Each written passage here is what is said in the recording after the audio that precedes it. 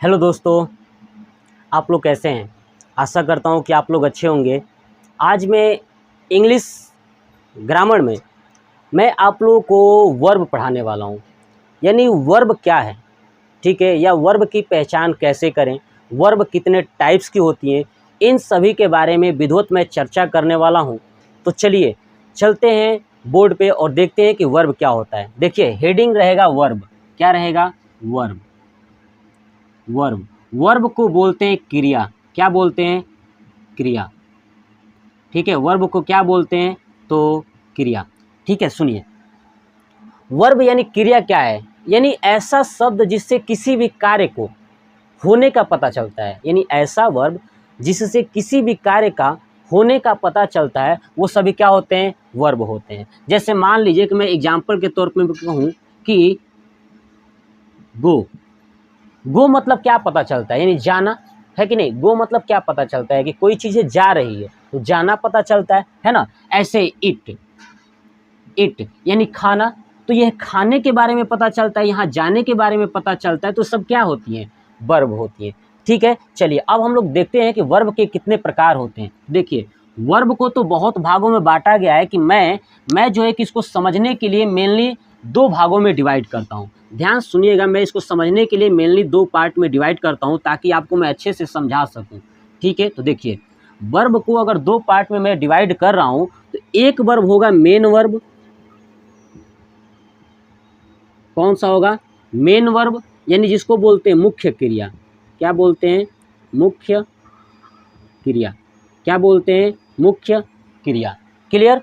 दूसरा होगा auxiliary verb.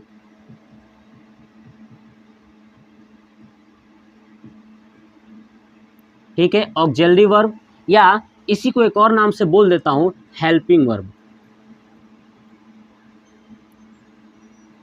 ठीक है, यानी एक मेन वर्ब यानी ऑक्सिलरी वर्ब यानी हेल्पिंग वर्ब भी बोल सकते हैं। मेन वर्ब का भी बहुत सारे प्रकार होते हैं, जैसे मैं लिख रहा हूं, जैसे फाइनाइट वर्ब।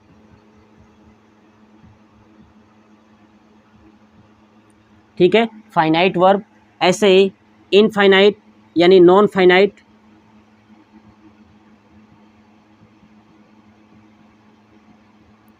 ठीक है, इसको नॉन फाइनाइट भी बोल सकते हैं ना। तो finite verb, non finite verb. ऐसे ही ट्रांजिटिव वर्ब।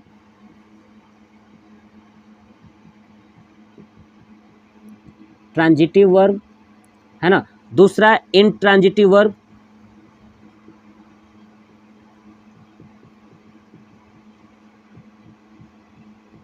ध्यान सुनिए कि finite verb, non finite verb, transitive verb और इनट्रांजिटिव वर्ब, है ना। ये मेन वर्ब को इतने पार्ट में बांट सकते हैं। ठीक है, ये हमें पढ़ने के अकॉर्डिंग इसको बांट सकते हैं। ठीक है, देखिए इसको हिंदी में नहीं समझते हैं, बस इतना आप याद रखिएगा, finite, non finite, transitive, intransitive. ठीक है, ये हो गया। चलिए हेल्पिंग वर्ब यानी ऑक्सिलरी वर्ब को कितने भागों में, तो ये भी दो पार्ट में बांट देता हूँ, है ना। दो पार्ट में।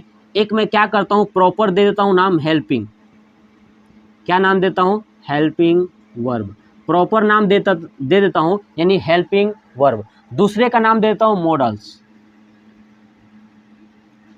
क्या नाम दे दिया मैंने? मॉडल्स। देखिए जो हेल्पिंग वर्ब होते हैं, जैसे जितना भी आप टेंस पढ़ेंगे, जो भी मैं टेंस पढ़ाऊंगा या जो भी आपने टेंस पढ़ा होगा, उसमें जितने भी प्रयोग होते हैं, जैसे इज, एम, आर, लिख देता हूँ, is, am, are, was, were, ठीक है, हैज, हैव।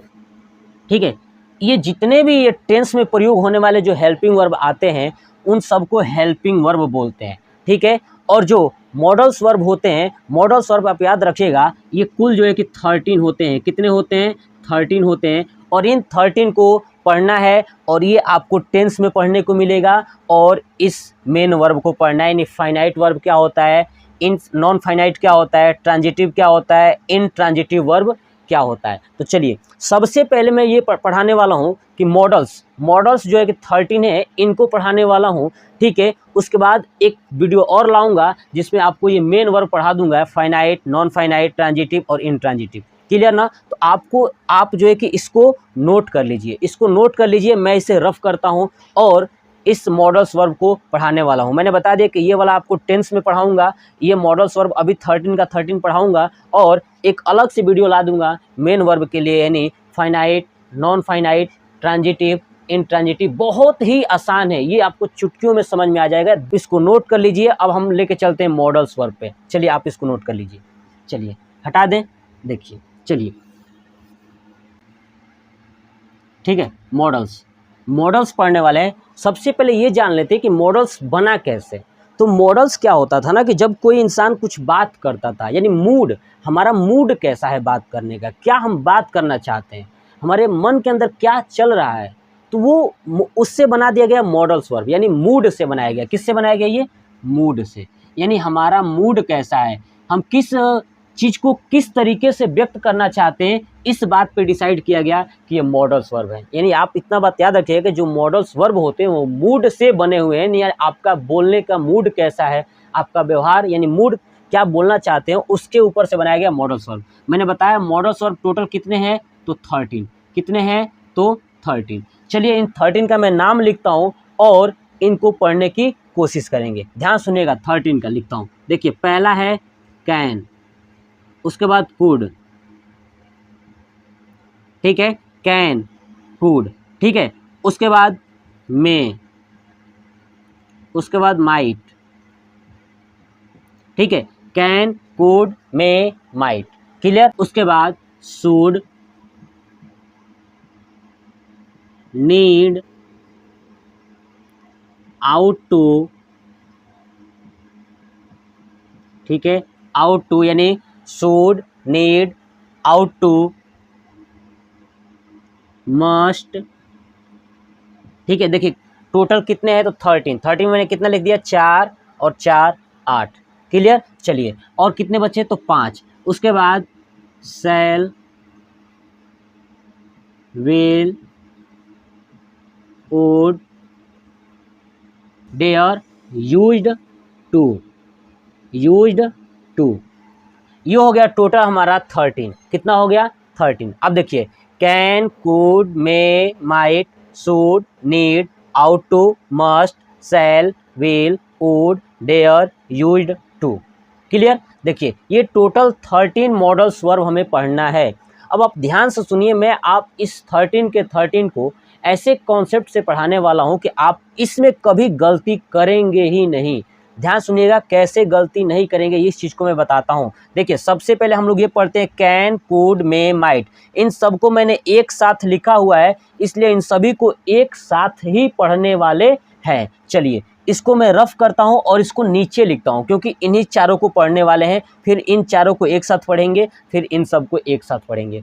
जैसे ये ग्रुप में मैंने लिखवाया है कि can, could, may, might, should, need, ought to, must, याद रखिएगा। ऐसे shall, will, would, dare, used to, clear. ऐसे ही आप सीक्वेंस याद रखिएगा, इन चारों को एक साथ, इन चारों को एक साथ और इन सबको एक साथ।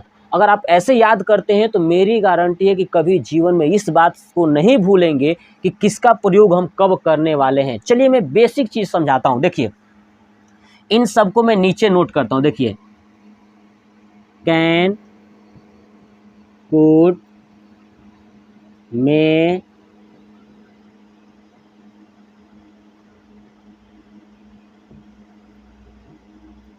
ठीक है, कैन, कुड, मे, माइट। अब ध्यान सुनिए, इन सभी का मतलब एक ही होता है, एक ही जैसे मतलब होता है। ध्यान सुनिए, इन सब का एक ही जैसे मतलब होता है, यानी सकना। क्या होता है? सकना यानी सकता, ठीक है, सकना, सकता, ये शब्द होता है। ध्यान सुनिएगा, इन सभी का एक ही जैसा अर्थ होता है, यानी लास्ट में सेंटेंस के लास्ट में ये शब्द आपको देखने को जरूर मिलेगा। यानी सकता है या सकती थी, समझ रहे हैं, ऐसा शब्द आपको देखने को जरूर मिलेगा। यानी एक ही, इन चारों का मतलब एक ही है, लेकिन इनमें डिफरेंट क्या है अब समझिए। देखिए जो कैन होता है ना, ये हमेशा जो सेंटेंस रहेगा उस सेंटेंस हमेशा प्रेजेंट की बात करेगा। किसकी बात करेगा? तो प्रेजेंट की बात करेगा, है ना। वो हमेशा किस में बात करेगा? प्रेजेंट में बात करेगा। और ये एबिलिटी को बताएगा, किसकी? एबिलिटी यानी योग्यता के बारे में बताएगा। किसके बारे में? योग्यता के बारे में। कैन हमेशा प्रेजेंट में रहेगा और योग्यता के बारे में बताएगा। किसके बारे में बताएगा? योग्यता के बारे में। अब चलिए, ये कुड, कुड ध्यान सुनिए, ये रहेगा आपका पास्ट में। किस में रहेगा? तो पास्ट में। किस में रहेगा? पास्ट में। ऐसे ही जो मे है ये भी रहेगा प्रेजेंट। किस में रहेगा? तो प्रेजेंट में। ध्यान सुनिए, ये भी किस में रहेगा? और ये किस में रहेगा? तो पास्ट में। किस में रहेगा? पास्ट में। क्लियर? सुनिए, प्रेजेंट में रहेगा, ये योग्यता बताएगा, ठीक है। और ये कुड जो है कि ये भी क्या बताएगा? योग्यता बताएगा। ये भी क्या बताएगा? योग्यता। यानी आपको जब मैं एग्जाम्पल लिख के दूंगा ना तो आप समझ जाइए। देखिए, कैन, कुड योग्यता बताने वाले हैं, मे, माइट ये दोनों शब्द आपको अनुमति बताएंगे। किस, क्या चीज बताएंगे? अनुमति। यानी जब किसी से आप परमिशन लोगे ना या परमिशन दोगे, वहाँ पे हम मे या माइट का प्रयोग करेंगे। लेकिन कब? जब प्रेजेंट में परमिशन दे रहे हैं तो मे, और पास्ट में देंगे तो माइट। आ समझे ना? पास्ट में देंगे तो माइट। चलिए, अब हम अनुमति देखते हैं, यानी कैन, कुड, मे, माइट, इन सब का एग्जाम्पल समझते हैं। जैसे मान लीजिए कि मैं बोलूँ कि मैं एग्जाम्पल के तौर पे, देखिए इसको मैं हटाता हूँ और यहाँ पे लिखता हूँ एग्जाम्पल के तौर पे। आप देखिएगा कैन, कुड, मे, माइट, आप इसमें से कौन लगने वाला है आप खुद डिसाइड करिएगा। देखिए मैं लिखता हूँ, वह जा सकता है। अब आप देखिए, सबका मतलब एक ही था, ठीक है ना। अब देखिए, वह जा सकता है। अब आप सेंटेंस को सोचिए, तो अगर वह जा सकता है, इसका मतलब उसकी योग्यता है कि वह जा सकता है ना, उसकी योग्यता है। आप देखिए ना, क्या वो अनुमति मांग रहा है कि वह जा सकता है? नहीं ना। क्या है? वह योग्यता बता रहा है कि मतलब हम जा सकते हैं, वह जा सकता है, उसकी योग्यता है, यानी योग्यता है। अब आप देखिए, जब योग्यता है तो देखिए कि योग्यता वाला कैन था और कुड था, है कि नहीं? योग्यता वाला कैन था और कुड था। तो कैन क्या होना चाहिए? प्रेजेंट होना चाहिए। कुड में क्या होना चाहिए? पास्ट होना चाहिए। अब देखिए ना, वह जा सकता है, जब भी है शब्द आ जाए, ध्यान रखिएगा, जब भी है शब्द आ जाए इसका मतलब प्रेजेंट है, ठीक है। और है शब्द न रहे या है के जगह पे था आ जाए तो याद रखिएगा वो पास्ट होता है। तो है शब्द है, इसका मतलब कैन लगेगा प्रेजेंट वाले में, है ना। योग्यता बता रहा है तो हमको कैन या कुड में से लगाना है, और प्रेजेंट में होगा तो कैन, पास्ट में होगा तो कुड। तो बताइए क्या होगा? He can go. क्या होगा? He can go. एक इंपॉर्टेंट पॉइंट यहीं पे सुनिए, मैंने टोटल बताया था, टोटल मॉडल्स वर्ब कितने हैं? तो 13। तो 13 जितने भी मॉडल्स वर्ब है ना, इन सभी मॉडल्स वर्ब में ध्यान रखिएगा, वर्ब का फर्स्ट फॉर्म लगता है, ठीक है। वर्ब का कौन सा फॉर्म लगता है? फर्स्ट फॉर्म लगता है। ध्यान रखिएगा कि जितने भी 13 के 13 मॉडल्स वर्ब है, इन सभी में वर्ब का फर्स्ट फॉर्म लगता है। चलिए, इसी सेंटेंस को वह जा सकता है को मैं क्या ऐसे बना दूं, क्या वह जा सकता है। अब देखिए, क्या वह जा सकता है, तो सबसे इंपॉर्टेंट बात यहाँ पे है शब्द है, इसका मतलब कि ये प्रेजेंट की बात कर रहा है, राइट। ये किसकी बात कर रहा है? प्रेजेंट की बात कर रहा है। अब क्या वह जा सकता है, इसका मतलब उसकी योग्यता है, इसलिए मैं यहाँ पे लिख सकता हूँ, क्या लिखूंगा कि कैन, है ना। जो मॉडल्स वर्ब है जो बीच में लगा रहे हैं मॉडल्स वर्ब, इस मॉडल्स वर्ब को अगर क्या शब्द है तो पहले कर देंगे can he go, can he गो, और लास्ट में प्रश्नवाचक मार्क लगाना जरूरी है ना, इंट्रोगेटिव मार्क लगाना जरूरी है। तो कैन ही गो। अरे समझ में? चलिए, मैं ऐसे ही एक और सेंटेंस लिखता हूं, ध्यान सुनिए कि क्या मैं अंदर आ क्या मैं अंदर आ सकता हूं? ध्यान सुनिए, क्या मैं अंदर आ सकता हूं। अब आप सोचिए ना, इस सेंटेंस को जब आप यूज कर रहे हैं तो उससे परमिशन मांग रहे हैं, नहीं कि क्या मैं अंदर आ सकता हूँ, ये पूछ रहे हैं उससे कि क्या मैं अंदर आ सकता हूँ, है कि नहीं। उसमें क्या आप योग्यता नहीं बता रहे हैं, देखिए पढ़ के, क्या मैं अंदर आ सकता हूँ, तो ऐसा लग रहा है कि इसमें हम परमिशन मांग रहे हैं। तो हमारा इसमें योग्यता वाले में से कोई नहीं लगेगा, लगेगा मे या माइट, यानी अनुमति वाले में से। अब समझते हैं कि यहाँ पे हूँ है, तो हूँ क्या है? प्रेजेंट है, इसलिए मे लगेगा। तो क्या लिखेंगे? मे आई कम इन, ठीक है। क्या बोलेंगे? मे आई कम इन, ठीक है, क्या बोलेंगे, मे आई कम इन। चलिए अब इसको मैं रफ करता हूँ, अब आप ध्यान सुनिएगा, इस तरह आप प्रयोग कर सकते हैं, ठीक है। तो और देखिए, और मैं इसके एग्जाम्पल के तौर पे मैं और कुछ लिखूँ तो आप बताइएगा, सोचिएगा। देखिए मैं लिखता हूँ कि वह जा सका। अब सोचिए, वह जा सका, यहाँ पे है शब्द नहीं है, इसका मतलब कि ये प्रेजेंट में नहीं आने वाला, तो ये पास्ट में आएगा। किस में आएगा, पास्ट में आएगा। अब देखिए ना, वह जा सका, क्या ये अनुमति है, मांग रहा है, नहीं, इसका मतलब इसका प्रयोग नहीं होगा, पास्ट वाला ये है तो कुड का प्रयोग होगा। तो बस लगा दीजिए, he could go, he could go, यानी वह जा सका। मुझे लगता है कि आपको ये चीज़ें समझ में आ चुकी होगी बहुत अच्छे से, क्लियर। चलिए, तो ये चीज़ें जब आपको समझ में आ गई है तो मैं आशा करता हूँ कि अब आप जो है कि इनमें गलतियाँ नहीं करने वाले हैं।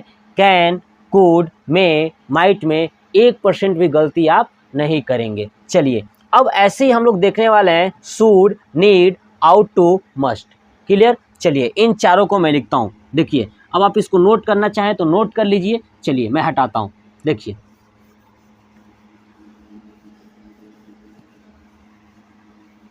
है ना। चलिए इन चारों का प्रयोग, चारों का अर्थ एक ही होता है, ध्यान सुनिए, वो होता है चाहिए। क्या होता है, चाहिए। इन चारों का अर्थ क्या होता है, तो चाहिए। लेकिन अब इनकी बात समझने वाले, जैसे कैन, कुड योग्यता बता रहे थे, मे, माइट अनुमति मांग रहे थे, राइट। इसमें जो है कि इन सबका मतलब चाहिए तो होता है, लेकिन इसमें भी कुछ न कुछ है। देखिए शुड का प्रयोग तब करेंगे जब जो है कि सुझाव दिया जाएगा। किसी न किसी को आप अगर सुझाव देते हैं तो शुड का प्रयोग करिएगा, और उसमें भी क्या लगा होगा, चाहिए लगा होगा, क्लियर। चलिए नीड, नीड क्या होगा, तो ये भी लगेगा चाहिए, लेकिन इसमें कौन सी बात कही गई हो, कोई ना कोई चीज़ आप किसी न किसी से मांग रहे हैं, यानी आपको ज़रूरत है। क्या है, ज़रूरत है। जब आपको कोई चीज़ की ज़रूरत है तो वहाँ पे क्या लगेगा, नीड लगेगा, और उसमें भी चाहिए शब्द लगा ही रहेगा ऑलरेडी। चलिए आउट टू, यानी जब आपको कोई ऐसी जिम्मेदारी दिया जाए जो आपको करना ही करना है। जैसे मैं कहूँ कि आपको अपने माता पिता की सेवा करनी चाहिए, है ना, आपको अपने माता पिता की सेवा करनी चाहिए, चाहिए शब्द है, क्लियर। और ये आपकी एक जिम्मेदारी है कि ये हमें करना ही चाहिए, नैतिक, नैतिक जिम्मेदारी। तो ध्यान रखिए ये क्या है, आउट टू का प्रयोग तब करेंगे जब आपको नैतिक जिम्मेदारी हो। कौन सा हो, नैतिक जिम्मेदारी। जब आपके नैतिक जिम्मेदारी हो, यानी आपको ये करना ही करना है, कुछ भी हो जाए, तो वहाँ पे आउट टू का प्रयोग करेंगे। चलिए अब आते हैं कि मस्ट। मस्ट का प्रयोग तब करेंगे जब उसमें शब्द में लगा हो अवश्य। क्या लगा हो, अवश्य। क्या लगा हो, तो अवश्य।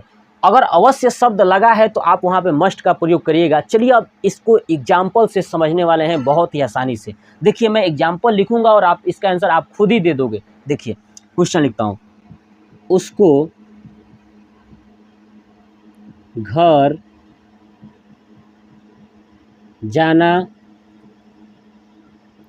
चाहिए। अब आप सोचिए, उसको घर जाना चाहिए, ये क्या लग रहा है कि सुझाव दे रहा है, या उसको ज़रूरत है, या उसकी नैतिक जिम्मेदारी है, या उसमें कहीं अवश्य लगा हुआ है। तो आप सोचिए ना, मैं उसको सुझाव दे रहा हूँ कि यार तुमको घर जाना चाहिए, है कि नहीं, उसको घर जाना चाहिए, ये सुझाव है कि नहीं है, तो सुझाव ये शुड, समझ में आ रहा है ना, उसको घर जाना चाहिए, सुझाव दे रहा हूँ क्या तुम्हें घर जाना चाहिए, है कि नहीं, तो सुझाव हो गया। तो अब उसको के लिए प्रयोग कर सकते हैं, he should go home, he should go home, right. आपको आगे समझ में हो कि उसको घर जाना चाहिए, सुझाव दे रहा था। जैसे और तुम्हें तुम्हें तैरना चाहिए, तुम्हें तैरना चाहिए। अब आप सोच के बताइए कि तुम्हें तैरना चाहिए, ये क्या कर रहा है, क्या उसे सुझाव दे रहा है, या उसको ज़रूरत है, या नैतिक जिम्मेदारी, या अवश्य है ना। तो क्या शब्द, अवश्य तो दिख नहीं रहा है तो मस्ट तो लगेगा नहीं, तो तुम्हें तैरना चाहिए, ये सुझाव दे रहा है, तो क्या ना, तुम्हें क्या करना चाहिए, तैरना चाहिए। तो क्या होगा, यू शुड स्विम, है कि नहीं, यू शुड स्विम, यानी तुम्हें तैरना चाहिए। तो मुझे लगता है कि आपको समझ में आ चुका होगा कि शुड का प्रयोग कैसे करेंगे। अब चलिए जरूरत है इसका प्रयोग करके देखते हैं। तो चलिए मैं इसको हटाता हूं। देखिए चलिए अब हमें क्या करना है, दूसरा यानी नीड। नीड का प्रयोग कैसे करेंगे, तो जब हम किसी चीज़ की ज़रूरत है या जब किसी से कुछ लेंगे, है ना। चलिए तो इसके लिए जैसे शब्द लिखता हूं, मुझे पेन चाहिए। अब बताइए ना, मुझे पेन चाहिए, ये क्या मैं सलाह मांग रहा हूँ या सुझाव? ऐसा कुछ नहीं है, मुझे ज़रूरत है उस चीज़ की तो मैं ले रहा हूँ, तो क्या लगेगा, नीड, है ना। तो मुझे के लिए क्या प्रयोग होगा, आई नीड अ पेन, है ना। मुझे पेन चाहिए, आई नीड अ पेन, मुझे पेन चाहिए। ऐसे मुझे खाना चाहिए। देखिए मुझे खाना चाहिए तो क्या होगा, I need it, I need it.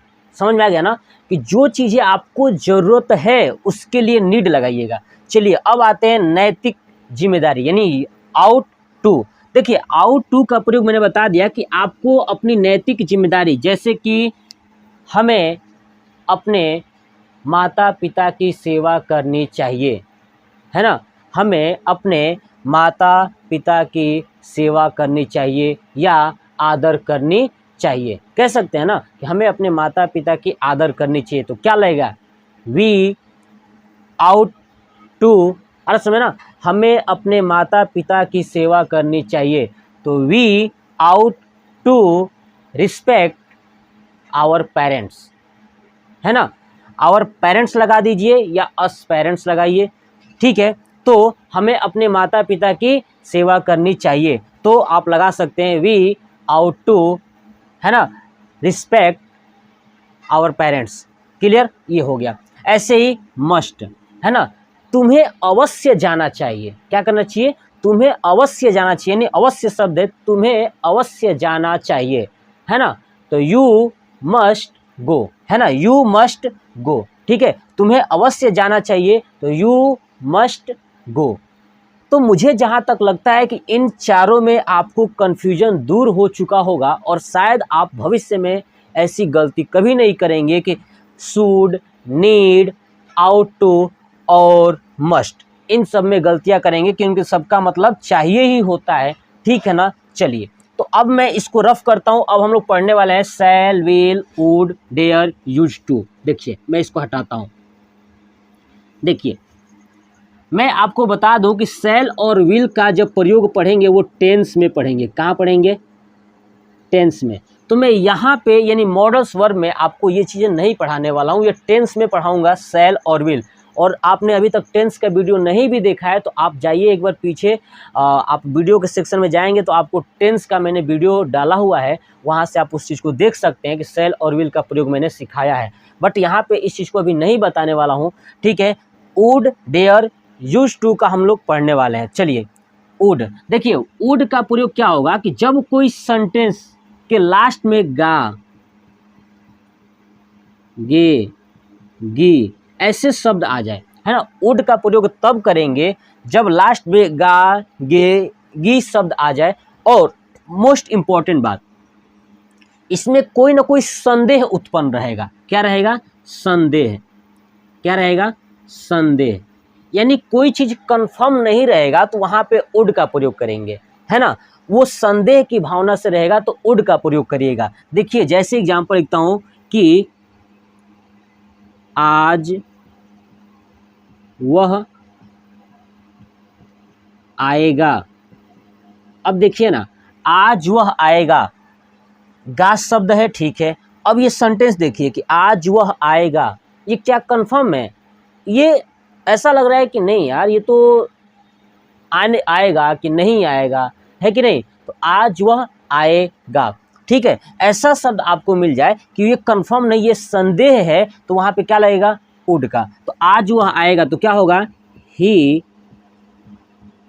Would come today, है ना, ही वुड कम टुडे। यानी कंफर्म नहीं है तो क्या लगेगा, वुड का प्रयोग करिएगा, यानी संदेह का प्रयोग, संदेह रहेगा तो वुड का प्रयोग कर सकते हैं। आज वह आएगा ये कंफर्म नहीं है, ठीक है, संदेह है कि आएगा कि नहीं आएगा, है ना।